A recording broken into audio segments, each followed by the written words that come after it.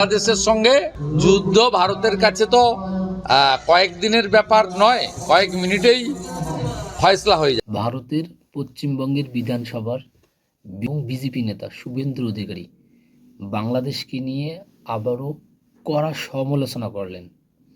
তিনি আজকে রোববার পশ্চিমবঙ্গের পরগনা জেলার একটা হিন্দু সম্মিলিত অনুষ্ঠানে, যেখানে হিন্দুদের একটা গণস্বাক্ষর কর্মসূচি ঘোষণা করা হয় এবং সেই যে গণস্বাক্ষরের কর্মসূচির অংশ হচ্ছে বাংলাদেশে যে হিন্দু নির্যাতন আছে সেখানে ইউনূস সরকারকে চাপে রাখা এবং ইউনূস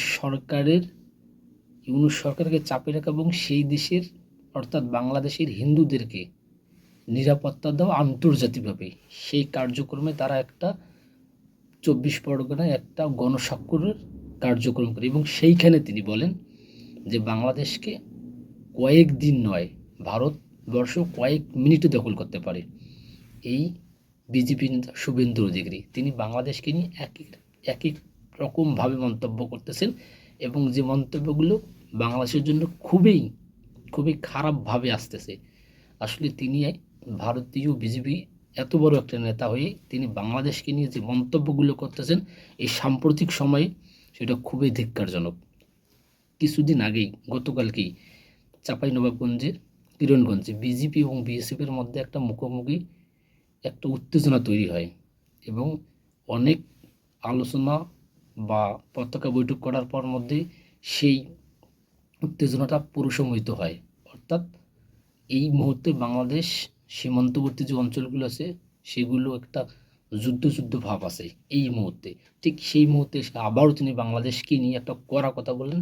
তিনি বললেন যে বাংলাদেশকে আমরা কয়েক মিনিটের মধ্যে দখল করতে পারবো, কয়েক দিন নয় কয়েক মিনিটের মধ্যে দখল করতে পারবো। এই বিজেপি নেতা তিনি ইউনূস সরকারের সমালোচনা করে শুধু ইউনূস সরকারকে না, তিনি এর আগের যে আওয়ামী লীগ সরকার এবং বিএনপিকেও নিয়েও তিনি বিভিন্ন মন্তব্য করেন এবং কড়া সমালোচনা করেন এবং তিনি বলেন যে 5ই আগস্টের পর বাংলাদেশে 7% হিন্দু বসবাস করতেছে এবং তাদের নিরাপত্তা দেওয়ার জন্য আমাদের এই গণস্বাক্ষরের কর্মসূচি। আমার প্রশ্ন হচ্ছে, এই ভারতীয় দালাল বিজেপি নেতা শুভেন্দু অধিকারী এই আর অন্য কোনো বিজেপি নেতাকে আমরা দেখতেছি না যে বাংলাদেশ নিয়ে এরকম কড়া মন্তব্য করছে, কিংবা বাংলাদেশের কোনো রাজনৈতিক নেতাকে আপনি দেখছেন যে ভারতকে নিয়ে কোনো কড়া মন্তব্য করছে বা কোনো কিছু মন্তব্য করছে যে আমরা ভারত আক্রমণ করব, ভারত কয়েক মিনিট দখল করবো, এরকম তো কেউ কোনো কিছু বলেনি। কিন্তু এই উস্কানিটা দিচ্ছে এই পশ্চিমবঙ্গের বিধানসভার বিরোধী দলীয় নেতা শুভেন্দু অধিকারী। তিনি বারবার কিন্তু বাংলাদেশকে, আমরা তার বিভিন্ন যে মিডিয়ার মাধ্যমে জানতে পারছি দেখতে পাচ্ছি যে তিনি বাংলাদেশকে নিয়ে বিভিন্নভাবে একটা উস্কানিমূলক বক্তব্য দিচ্ছেন। বিভিন্ন পয়েন্টে এসে বিভিন্ন জায়গায় এসে তিনি কখনো বলতেছেন 2 মিনিট লাগবে, কখনো বলতেছেন যে সীমান্তে আমাদের যে ট্যাঙ্ক লাগবে, ড্রোন দিয়ে তাদেরকে আমরা আক্রমণ করবো, এটা সেটা বিভিন্নভাবে আমাদেরকে তিনি আক্রমণ করার কথা বলতেছেন। এই বাংলাদেশকে আপনারা এত দুর্বল কেন ভাবতেছেন? বাংলাদেশের 18 কোটি মানুষ, তারা নিজের সর্বোচ্চ দিয়ে লড়াই করবে, তারা থেমে যাবে না। তাদের অস্ত্র নাই, তাদের শস্ত্র নাই, তাদের সাহস আছে, তাদের কলুচে আছে।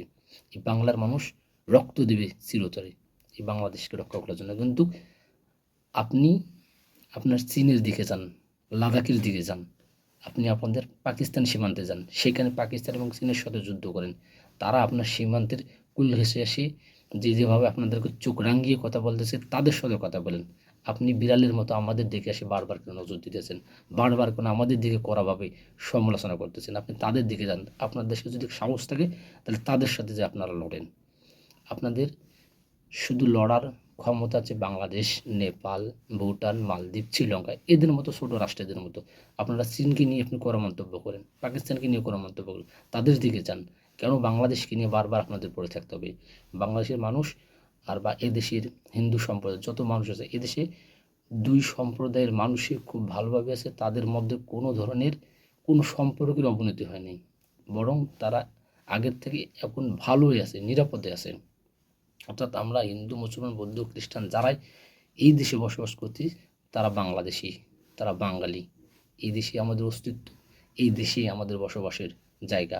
অর্থাৎ আমাদেরকে যারা, আমাদের জায়গাকে যারা ভোগ দখল করার চেষ্টা করবে কিংবা আমাদের উপর যারা আন্তর্জাতিকভাবে একটা চাপ প্রয়োগ করার প্রচেষ্টা চালাবে আমরা তাদেরকে প্রতিহত করব। আমাদের দেশকে যারা উস্কিয়ে দেবে, আমাদের দেশকে নিয়ে যারা ছিনিবিনি খেলবে, আমরা এটা কখনোই মেনে নেব না। আমাদের গায়ে এক চুল পরিমাণ রক্ত থাকলে সেটা কখনোই আমরা মেনে নেব না। এদেশের বাঙালি, এদেশের মানুষ, সেটা হিন্দু হোক, সেটা বৌদ্ধ হোক, সেটা খ্রিস্টান হোক, সেটা মুসলিম হোক, কেউ মেনে নেবে না। আমাদের বাংলাদেশি, আমরা এই দেশে বসবাস করব। এই দেশের এক ফোঁটার মাটি গায়ে রক্ত থাকা অবস্থায় আমরা দিব না। এই শুভেন্দু অধিকারী কিন্তু বাংলাদেশকে নিয়ে বারবার উস্কানিমূলক বক্তব্য দিচ্ছেন এবং তিনি বারবার এই বাংলাদেশকে নিয়ে একটি বিতর্কমূলক একটি সমালোচনা করতেছেন। সবশেষ বলতে চাই, আমরা প্রতিবেশী রাষ্ট্র, প্রতিবেশীর মতোই আমরা থাকতে চাই।